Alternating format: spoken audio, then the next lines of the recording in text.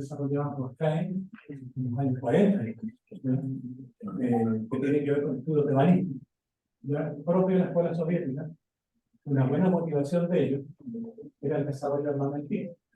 Entonces, buena parte del trabajo de los científicos de los años 40 y previo a los años 40 estaba concentrado en el desarrollo de la industria de las armas.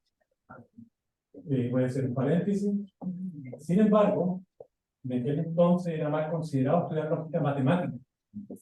Se dieron cuenta posteriormente que la verdad es que para desarrollar la informática no tenían la lógica matemática. Entonces, hubo problemas. ¿Qué hacemos ahora? Ya han pasado años. Pero igual, digamos, en fin, volviendo a la diferencia, entonces, este espacio que nos interesa, y aquí aparece un parámetro C, y el parámetro que está en la ecuación. Pero la verdad es que ese parámetro lo podemos hacer variar. ¿Ya? Sí, claro, uno puede hacer variar el parámetro, puede hacer variar las ecuaciones también. Y ahí entonces vamos a tener toda una escala de espacio que son interesantes a considerar. Bien, naturalmente este es un espacio de Hilbert, la norma que tenemos aquí escrita. Claudia no se dio cuenta la otra vez, y si le quitaba el 2 ahí, la cosa era más amigable para los propósitos de cálculo variacional. Así que ahí apareció otro espacio una vez. Bien, en esta conferencia, este cursivo siempre va a notar esta forma de Fourier. Bueno, ustedes dirán al tiro inmediatamente, digamos, a ver, pero es muy difícil, digamos, de que haya funciones que buscan con distribución. La verdad es que no es tan difícil. Basta considerar funciones U que tengan transformada de Fourier con soporte compacto. Funciones de esas abundan en la naturaleza. ¿No? Van asociadas a lo que se llama los espacios Hardy. ¿Ya? Entonces, si la transformada de Fourier de la función tiene soporte compacto, naturalmente que existirán las convergencias. ¿Ya? Pero la verdad es que este espacio es más conocido de lo que uno pensaba. Esto está asociado a lo que se denomina la escala de espacio de Gevrey. Gevrey, matemático francés, que en el año 1905 consideró espacios similares en toda la familia, ¿no? Para estudiar ciertas ecuaciones de hidrodinámica. Y eso es todo un grupo que la verdad es que esto no es tan extraño como espacio ambiente. ¿Ya? Y este espacio es más grande de lo que uno imagina. Es isométricamente isomorfo al eleón de Rn. ¿Ya?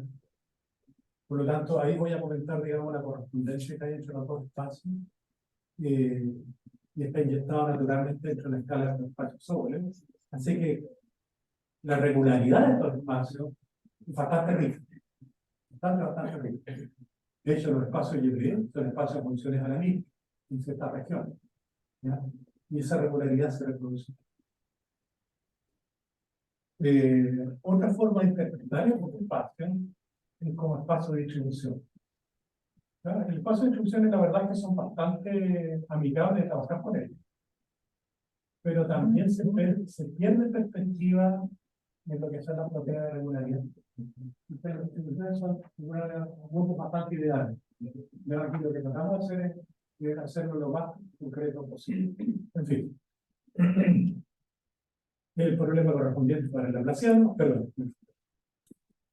Ya.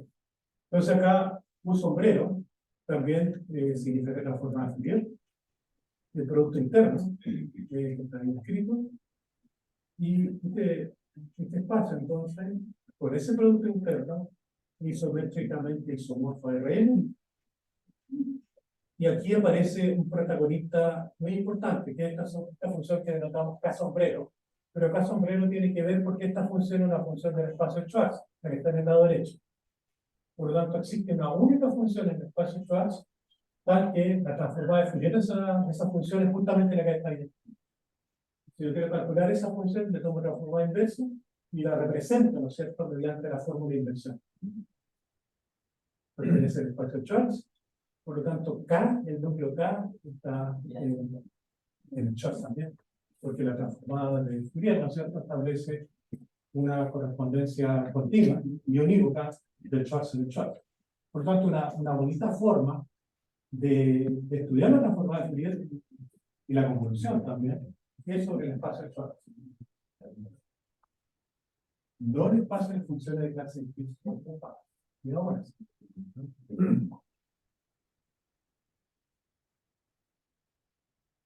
Bien, entonces aquí hay una transformación cursiva que establece la correspondencia entre el M2 y el espacio H infinito, que viene dado por convolución, donde K, ¿no es cierto?, es perdón, K justamente es la transformada de Fourier de esa función. Entonces que el núcleo K lo tengo claramente caracterizado y claramente bien definido, ¿no? O sea, para hacer cálculo esto es muy útil. Eso es lo que quiero decir. En fin. Bueno, K transformado en la función radial. K es una función a valores reales, todo esto se puede demostrar, no es difícil. Por lo tanto, cada vez que la función f es una función de valores reales, entonces la función u que está en HC infinito también es de valores reales. ¿Ya? Esta observación, aunque medio trivial y elemental, pero fundamental cuando uno quiere aplicar las técnicas del cálculo variacional. Funciones de valores reales. No valores concretos, como alguien ingenuamente podría creer. Bien. Ahora vamos a enunciar algunas propiedades importantes de este espacio. Bueno, todo esto simplemente para establecer el ambiente, dónde voy a definir mi operador de onda, dónde voy a definir la exponencial del operador de onda. Entonces, si H N denota el espacio del sobre, entonces, el sobre en L2. ¿Ya? Entonces, esta inclusión del HC infinito Rn en el sobre HS Rn es continua. Y tenemos esta bonita desigualdad, ¿no es cierto?, que depende solamente, la constante depende solamente del parámetro S. ¿Ya? Y más aún, para cada m mayor o igual que 0, tenemos una incrustación continua del HC infinito en C a la m. Por tanto, las funciones que estoy considerando en este espacio, como decíamos recién, son infinitamente diferenciables. Para cada m tengo una inclusión. Entonces, esta escala de espacio es la siguiente. Es una escala decreciente. ¿Ya? Es decir, si mu es mayor que c, entonces el h mu queda por debajo. Y si lambda es menor que c, entonces el h lambda pasa por encima del h c. ¿Ya? Es una inclusión decreciente. Siendo una inclusión decreciente, es lo que necesitamos, porque eso permite establecer una desigualdad en las normas. Es decir, si mu es mayor que c y c es mayor que lambda, entonces las normas se ordenan de acuerdo al orden que tengo en los parámetros. ¿Okay? Entonces, bueno, finalmente el espacio HC, todos para cualquier C son densos en el grupo. Eso sale a partir de la correspondencia. Bien, algunos datos de orden práctico que conviene tener en mente es si la función gusta en el H alfa, entonces estas integrales son convergentes. Y la verdad es que si U está en H alfa, entonces cuando multiplico la transformada de Fourier por P, donde tengo un polinomio arbitrario, ¿ya? Esos integrales son convergentes. Puedo poner un 2 si quieren con P, pero es relevante. También puedes multiplicar la exponencial a medio polinomio. No. Ok, ¿cuánto tiene un polinomio de grado 4? Pero eso proviene de lo siguiente. Acá. Cuando tú expandes para que queda justamente una potencia de orden 4. Psi a la orden 4 multiplicada por e a la 2. Sí. Pero si pones orden 5, no sé si. Yo creo que Mm. si no sería casi demasiado. A ver, si alguien está mirando lo siguiente, uno podría pensar, bueno, pero esto está conectado con el espacio de Wiener. El espacio de Wiener son aquellos espacios donde la medida está definida por la exponencial, por la gaussiana. ¿Ya? Entonces, los polinomios son integrables, un mundo feliz. Acá no tengo gaussiana. Tengo lo opuesto. Bien, finalmente entonces los H infinitos convencionales. Tenemos esta desigualdad que son útiles para los niveles. Entonces, 4 o sea, 5 es cierto a partir de 4 con algo igual a 0. Bien, vamos a considerar el siguiente operador que voy a llamar A sub C, C por caja, ¿ya? Como un operador actuando en R cruz Rn menos 1, tal cual como lo dije al principio. Aquí voy a escindir las variables, no los espacios. ¿Ya? Entonces, el dominio era acá, a considerar en esta primera fase de la conferencia, el H6, el H alfa, Rn menos 1. Cualquiera de estos operadores que dependen de C va a tener como dominio el H alfa para cualquier alfa mayor o igual que C. Para verificar algunas cosas. Bien, entonces acá viene un salto cuántico, si quieren ustedes. Violentamente vamos a definir el operador A sub C como si fuese el operador pseudo diferencial. ¿Ya? Entonces, a ver, para entenderlo. Un operador pseudo diferencial clásicamente lo definimos mediante la transformada de Laplace, de Fourier, perdón. ¿Ya? Y claro, esto está en el contexto, si quieren ustedes, de derivadas generalizadas. Pero se demuestra que, por ejemplo, sobre un subespacio suficientemente regular, como funciones de cuatro compactos, estos operadores pseudo diferencial, ya la derivada deja de ser una derivada débil y una derivada concreta. Entonces, ahí en ese mundo común, la definición usual tiene sentido. Entonces, acá voy a considerar el operador definido como un operador pseudo-diferencial no clásico, porque aparece en exponencial, no es menor. ¿Ya? Y acá interviene lo que sería el símbolo, esta parte que está acá, sería el símbolo de mi operador de onda. ¿Ya? Esta es la segunda derivada en t, con un signo menos. Al tomar Fourier pasa a hacer multiplicación por más ese cuadrado. Acá teníamos laplaciano con signo más, por lo tanto, cuando tomo derivada, pasa a ser multiplicación por menos c cuadrado. Menos. Pura exponencial asociada al mismo signo. Entonces, ahora el objetivo es dar sentido.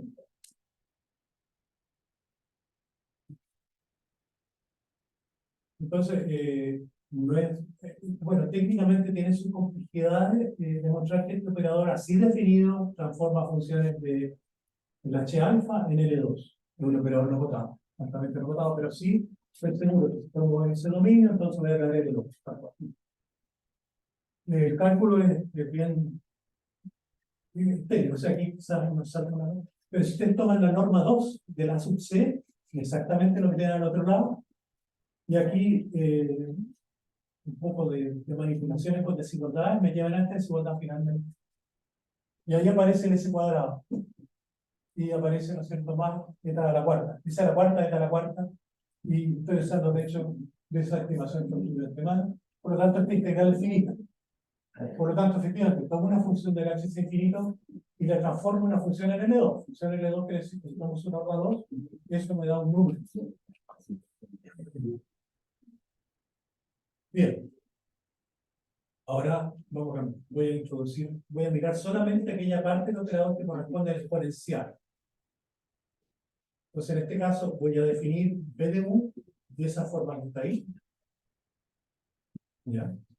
y el dominio va a ser H alfa.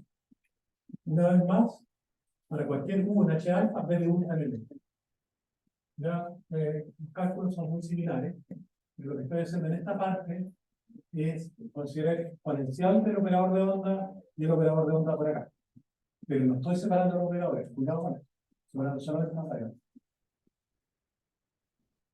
Bien. Entonces, la exponencial del operador de la ecuación de onda. Entonces, acá hay un primer teorema interesante. Que si esta ecuación así de simple, entonces puedo resolverla en los dominios que ya establecí. La solución viene dada por esa fórmula que está ahí.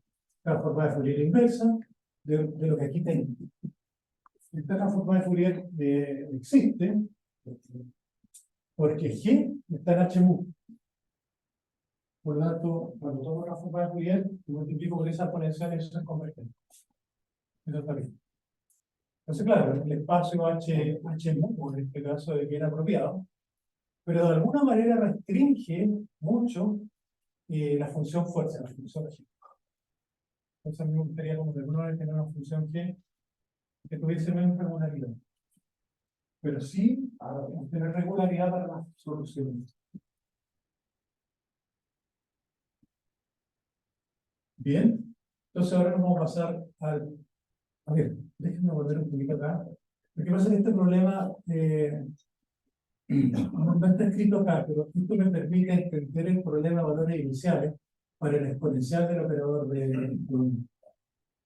No hay que una cosa que habría que escribir para ver resultados triviales. Bien, entonces ahora la ecuación lineal para la primera solución. Entonces, en este contexto, vamos a considerar este cono. La verdad es que es toda una familia de conos que dependen del radio. ¿Ya? El radio es el R, va a ser la distancia que tiene el vértice del cono hacia el origen. ¿Ya? Entonces, cuando R tiende a 0, tengo un cono completo. ¿Ya? Entonces, acá el resultado es más o menos esperable. Vamos a suponer que el soporte de la transformada de Fourier de G está en el cono. Eso no es mucho pedir. Y la literatura no son las condiciones que se tienen. Entonces, en ese caso, la ecuación lineal tiene solución única y la solución se puede representar mediante esta fórmula. Entonces, esto es Fourier sobre el cono. Y claro, hay una singularidad cuando eta cuadrado, cuando eta igual a S, ya que es el borde. Pero ese borde no está permitido. No está permitido porque la función G tiene soporte justamente en el interior. Lo que voy a hacer un borde. Entonces ahí no hay singularidades, más aún eso queda acotado, está todo bien ahí. Bien, segunda solución. Entonces quiero plantear ahora la segunda solución posible para esto.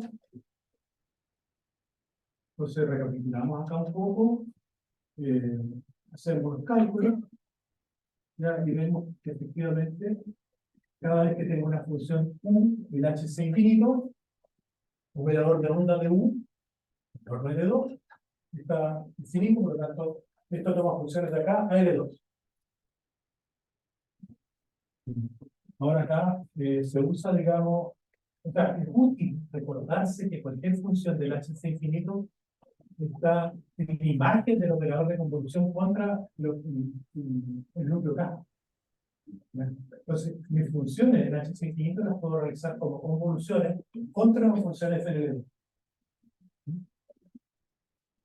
Entonces, toda la información que concierne a la función U me la genera las funciones FLL.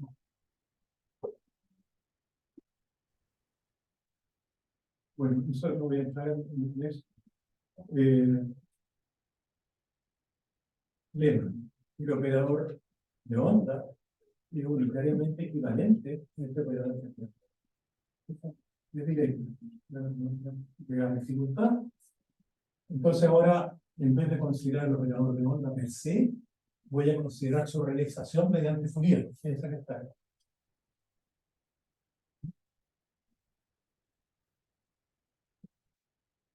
Bien. Este operador con ese dominio es un operador simétrico.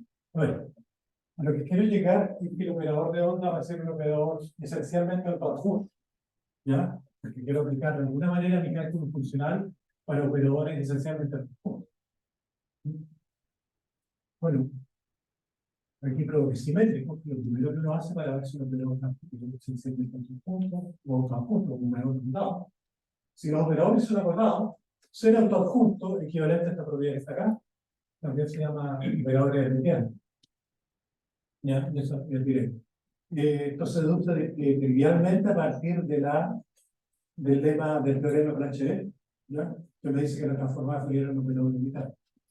Entonces, cuando yo tengo producto interno entre dos funciones, es igual al producto interno entre las dos funciones transformadas. Y tengo una función, producto interno con una función transformada, entonces la transformada salta hacia la primera función como una transformada junta, que es la inversa. Bien, recordemos que entonces un operador no acotado es autoadjunto si su dominio es denso, el operador es simétrico, lo que vemos recién, y el rango de los operadores A más menos I es igual a H. Se deduce directamente, la verdad es que en vez de tener complejo imaginario puro I, puedo poner ahí cualquier lambda, número complejo, con parte imaginaria distinto al cero. Lo que me interesa es que la parte imaginaria nunca se haga cero, o por un lambda, pero basta con una cero para ti. Bueno, pero si eso es cierto, para cualquier lambda con imaginario lambda distinto a cero y A todo junto, entonces esa ecuación que está ahí posee una única solución en la comunidad. Entonces lo deduzco directamente a partir de teoría de operadores, del análisis funcional. No es necesario ir a estudiar la ecuación.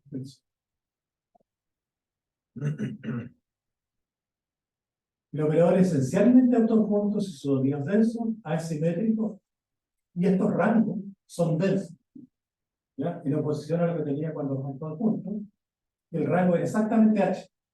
El operador es sobredirectivo, acá no basta con que el rango sea de H. Bien.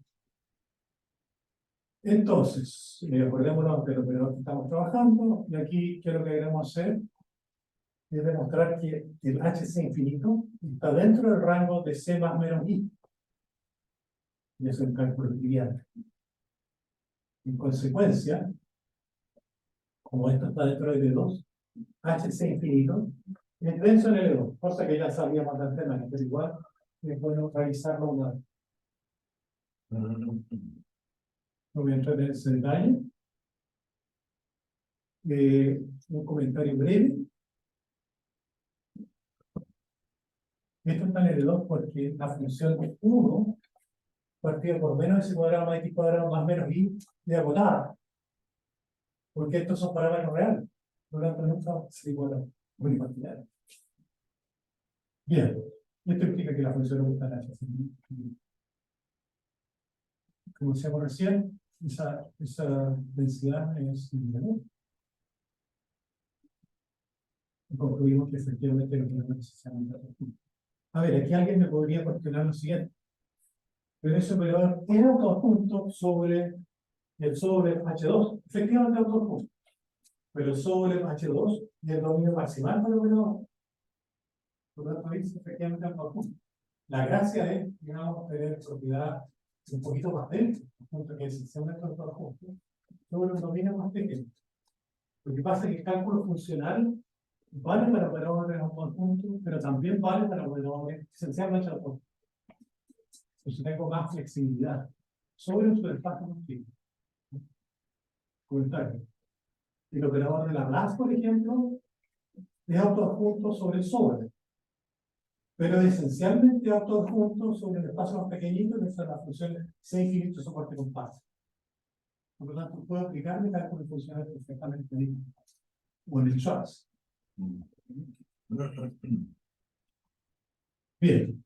Entonces, por un lado tengo el operador de onda, y por otro lado tengo el operador segunda derivante y laplaciano. ¿Ya? Acuérdense que el objetivo es escindir el operador. Bueno, en esta parte es el operador. Entonces, voy a considerar dos operadores aparte. Pero no voy a escindir los espacios. ¿Ya? Entonces, en este contexto, el operador segundo derivado en T sigue siendo un operador que actúa sobre funciones definidas en array, pero solamente derivamos en la dirección de T. Laplaciano sigue siendo un operador, en este caso, definido para funciones en Rn, pero dice Laplaciano que está ahí va a actuar sobre funciones en Rn-1. ¿Sí? Voy a tomar segundas derivadas hasta la dimensión n-1. Eso. Entonces acá, claro, el dominio natural acá va a ser el sobre, ¿ya? Pero dentro del sobre tenemos el HC infinito, por lo tanto el dominio es extenso, eso ya piensan.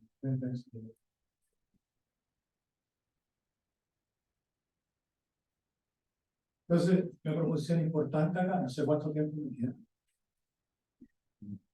Son 5 minutos. Ya, perfecto. Termino así.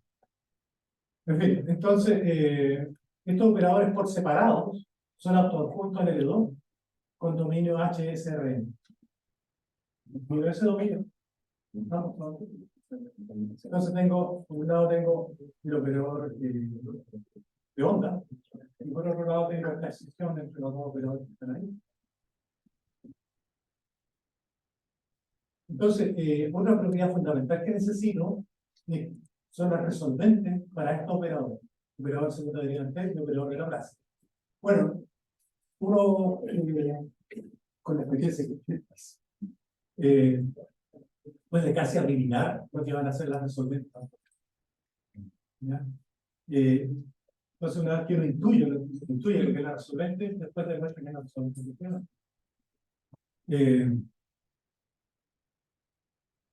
¿A qué lo llevo? Que quiero probar que segunda derivada en T y Laplaciano conmutan.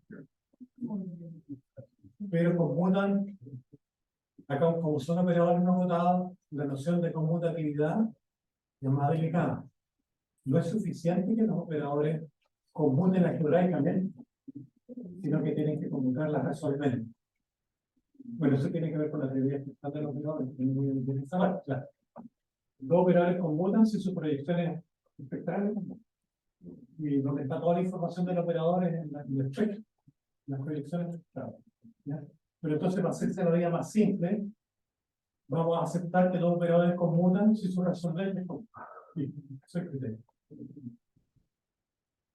Bueno, estos son detalles de cálculo, la verdad que conviene revisarlo en algún momento porque son muy útiles. ¿Ya? Pero eso me permite probar, digamos, de que efectivamente estos operadores toman a alguien en L2 y lo transforman en alguien en el dominio, efectivamente se captura. Y después hay que probar el inverso de lambda menos t cuadrado por el resolvente, que es el inverso de ese, me da 1, y viceversa. El caso de resolvente del Laplaciano es similar, no lo voy a repetir.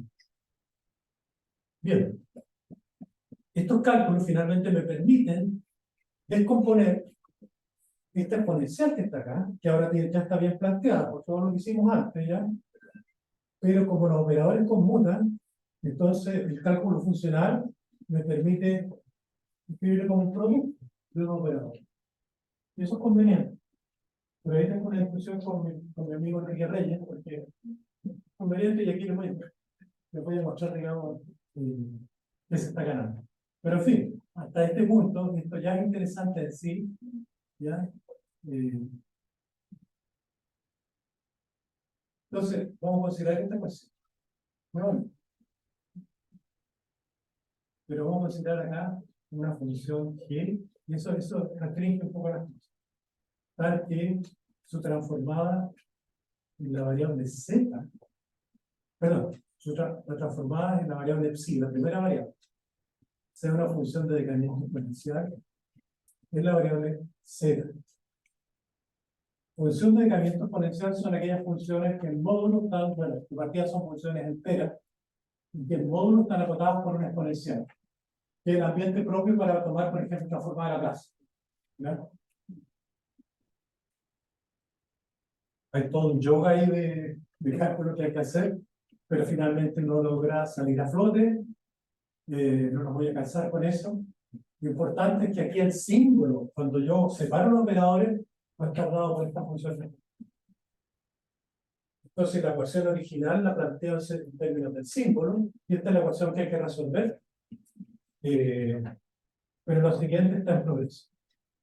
Quise mostrarlo solamente a modo de motivación o de provocación, como diría aquí, porque en este caso uno logra reescribir la ecuación en función de la transformada de Borel, ¿no? Pero no es otra cosa que la transformada de Fourier-Laplace y Borel, ¿no? Que en el fondo la transformada de Laplace, pero cuando la defino sobre un rayo, no sobre el semieje, sino que sobre un rayo por un determinado ángulo. ¿Ya? Esto está en progreso, está en discusión, y finalmente, ¿no es cierto?, uno tomando transformada inversa, logra obtener la solución, pero a mí este es un resultado que aún no me satisface, hay varias cosas que todavía tienen que dar en esta parte. El otro día, cuando venía viajando para acá, yo creo que una forma bien, entre comillas, simple, como la harían los físicos, no es tomar transformada, tomar transformada en la base. Tomar transformada en la base, no quiero así. Pero veamos un poquito lo que quiere decir Borel. La transformada de Borel es una transformada descubierta por Borel, justamente. Ya, la verdad es que es una serie de pero se puede probar que esa serie igual a esta transformada de Laplace, está acá, en el plano complejo, donde si ustedes se dan cuenta aquí, es una integral a lo largo del semieje t por e a la i teta. Entonces, ese a la i teta es el que me da la dirección del rayo. Cuando teta vale 0, la transformada de Laplace usual. En fin, eso es todo. Gracias.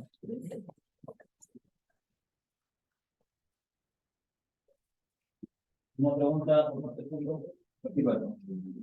En partículas elementales hay partículas de energía y de materia. Los bosones están relacionados a partículas de energía. Entonces pregunto, ¿esta ecuación bosónica sirve algo para esto? ¿Para el estudio de partículas elementales? Sí, esa es la motivación justamente. Esa es la motivación que tenía el físico. Era estudiar estas cuerdas de partículas. Estudiar fueron modeladas con esta ecuación. Bien, el operador K es radial. Sí. Y por lo tanto estamos en un campo central. Eso indica que las soluciones son de tipo cuasi periódica. Esto está Son radiales. Radiales. Cuando no hacen cálculos, pero la solución la voy a poder expresar como una convolución de extensión K, es radial, contra una función f. Si esa f es radial, entonces la solución va a ser radial. Eso. El movimiento planetario tiene soluciones cuasi periódicas del movimiento de la luz, ¿no? Está prohibida esta teoría para hacer menor que C. No sé. El problema es que ya no va a ser un espacio de Hilbert, entonces, ¿no? ¿Cierto? Sí. Ese trabajo está hecho para espacio de Hilbert separables. Sí, todo acá separado. Sí. Ok, claro. Una pregunta más por parte del público. ¿No? Venga.